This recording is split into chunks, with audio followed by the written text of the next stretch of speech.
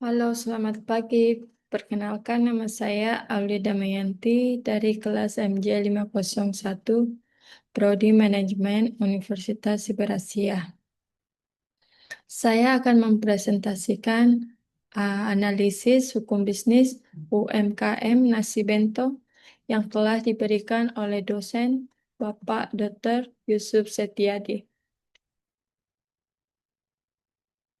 Baik, adapun agenda yang akan saya berikan itu adalah latar belakang dan fokus, pendekatan penelitian, kajian teori, hasil penelitian dan pembahasan, dan kesimpulannya.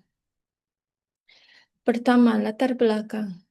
Usaha mikro kecil dan menengah memiliki peran strategis dalam perekonomian Indonesia sebagai penggerak pertumbuhan ekonomi, penciptaan lapangan kerja, dan pengentasan kemiskinan. Namun, meskipun pemerintah telah mengeluarkan Undang-Undang Nomor 20 Tahun 2008 tentang usaha mikro, kecil, dan menengah, praktik perlindungan hukum terhadap pelaku UMKM masih jauh dari optimal. Contohnya kasus Bento Mama Sejahtera, usaha kuliner nasi bento milik Ibu Siti Nurhaliza di Jakarta Selatan, menggambarkan kompleksitas permasalahan hukum yang dihadapi UMKM. Sejak beroperasi pada tahun Januari 2020, usaha ini menghadapi 3 masalah utama. Yang pertama, sengketa sewa tempat usaha dengan kenaikan harga sewa yang tidak adil, penjiplakan merek dagang oleh kompetitor, dan kendala perizinan dan sertifikasi dari instansi pemerintah. Ketiga masalah tersebut menunjukkan lemahnya perlindungan hukum substantif dan akses keadilan bagi pelaku UMKM di Indonesia. Adapun fokus dan identifikasi masalah, yaitu fokus penelitian ini adalah analisis perlindungan hukum bagi pelaku UMKM kuliner studi kasus Bento Mama Sejahtera. Apa sih rumusan masalahnya? Yaitu pertama, bagaimana ketidakseimbangan posisi tawar pemilik properti dan penyewa UMKM mengakibatkan pelanggaran perjanjian sewa menyewa. Dua, bagaimana lemahnya perlindungan merek UMKM yang belum terdaftar memicu penjiplakan merek yang sulit ditindaklanjuti. Dan terakhir, bagaimana keterbatasan akses ke sistem hukum menghambat UMKM menggunakan hak-haknya yang dijamin undang-undang. Adapun ini adalah tabel data empirisnya. Aspek dan data empiris ada nama usaha Bento Mama Sejahtera, pemiliknya Ibu Siti Nurhaliza, lokasinya di Jakarta Selatan. Tanggal pembukaan 22 Januari 2020, jenis usaha UMKM kuliner nasi bento. Skala produksinya 60-100 porsi per hari. Harga jualnya sekitar 25.000 sampai 35.000 per porsi. Jadi sewa awal pada tahun 2020 sampai 2023 itu 4.500.000 per bulan. Sekarang tahun 2024 sewa diminta sepihak yaitu 12,500.000 juta per bulan. Berarti itu naik 177,8%.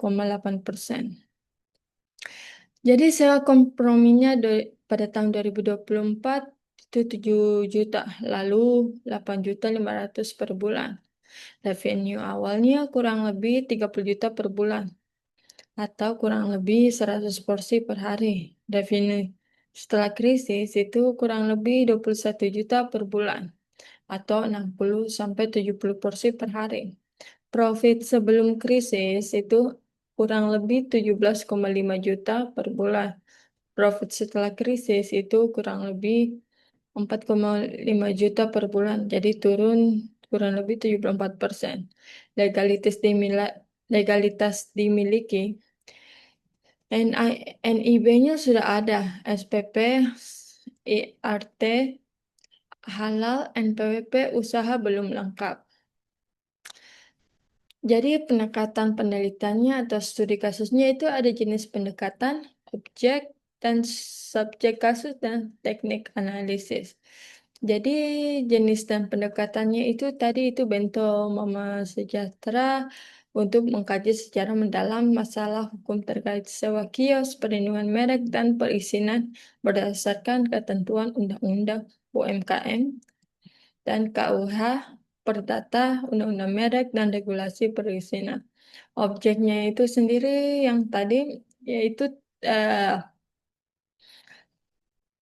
Bento Mau Sejahtera serta pihak terkait PT Mega Properti Indonesia, Bambang Suryo Bento Chef Jaya dan instansi Dinas Kesehatan BPJPH, OSS, DJKI, serta kantor pajak. Teknik analisisnya itu dilakukan menggunakan 7 elemen investigasi hukum, yaitu pelaku, peristiwa, lokus deliktik, barang bukti, waktu, motif, dan kronologi untuk menyusun secara runtut siapa yang terlibat, apa yang terjadi. Kajian teori. Yang pertama itu teori perlindungan hukum, teori etikat baik dalam kontrak, teori passing off dalam hukum merek, dan teori akses terhadap keadilan atau access to justice. Hasil penelitian dan pembahasan. Pertama ada sengketa sewa dan prestasi, yaitu faktor utamanya perjanjian sewa 15 Januari 2020, kios 7B 20 meter per square, 45 juta per bulan, 3 tahun perjanjian semi tertulis 3 Januari, kenaikan sewa pihak jadi 12,5 juta per bulan.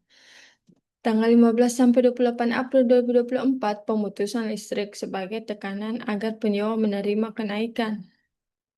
Yang dimana fakta utamanya itu kurang mengenakan.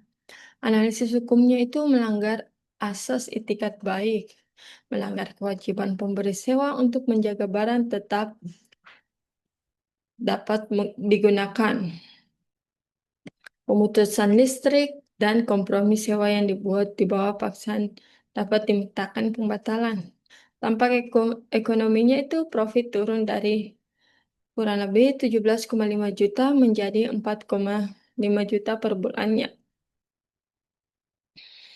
Yang kedua, penyiplakan merek dagang. Bambang Suryanto membuka usaha Bento Chef Jaya dengan desain logo dan menu yang sangat mirip.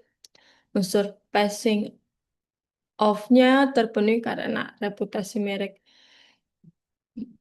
Bento Mama Sejahtera sudah dikenal sejak 2020. Kemiripan visual dan konsep produk menimbulkan kebingungan konsumen. Kerugian finansial mencapai 9 juta rupiah per bulan akibat penurunan penjualan. Analisis hukumnya ini perbuatan ini melanggar pasal 1365 KUH Perdata dan pasal 24 UU nomor 20 tahun 2016 tentang merek. Yang ketiga ada kendala perizinan dan sertifikasi. Ibu Siti telah memiliki NIB, namun belum memperoleh SPP, IRT, dan sertifikat halal karena prosedur rumit dan tidak terkoordinasi antar lembaga, biaya perizinan tinggi, dan durasi proses panjang.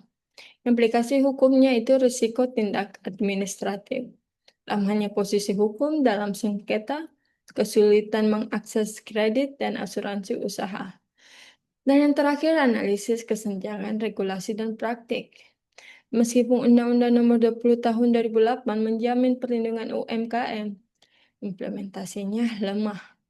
Terdapat gap antara hak substantif dan akses prosedural, yaitu yang pertama biaya hukum tinggi, proses litigasi lama, literasi hukum rendah, penegakan hukum tidak konsisten, dan karakteristik kerentanan UMKM.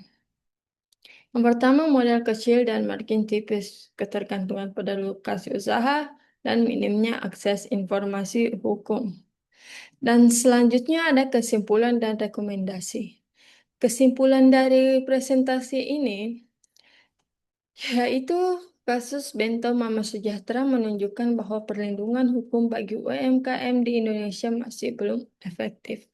Tiga masalah utamanya yang ditemukan: ketimpangan posisi tawar dan perjanjian sewa, lemahnya perlindungan merek tidak terdaftar, hambatan administratif dalam perizinan usaha. Kombinasi ketiga faktor ini menyebabkan penurunan profit hingga 74% dan mengancam keberlanjutan usaha. Adapun rekomendasinya, jadi kalau bagi pelaku UMKM, itu buat kontrak tertulis yang rinci dan adil, daftarkan merek dagang ke DGIP, dan lengkapi perizinan usaha sejak awal.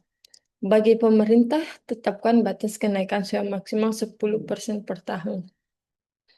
Sediakan program pendaftaran merek gratis atau untuk UMKM. Permudah prosedur perizinan melalui OSS terintegrasi. Kembangkan mekanisme media cepat untuk sengketa UMKM. Bagi praktisi hukum, sediakan layanan konsultasi hukum terjangkau. Bentuk program bantuan hukum khusus UMKM. Jadi itulah semua dari presentasi yang telah saya sampaikan. Jika ada kurangnya atau salah pengucapan, dimohon maafkan. Dan ini ada daftar kepustakaan. Yang pertama saya dapat dari materi Hukum Bisnis Universitas Siber Asia, yaitu materi Bapak Dr. Yusuf Setiadi. Ada juga Jurnal Ekonomi dan Bisnis Digital, ada di Tempo dan Kompas TV. Terima kasih sebelumnya. Mohon maaf. Selamat pagi.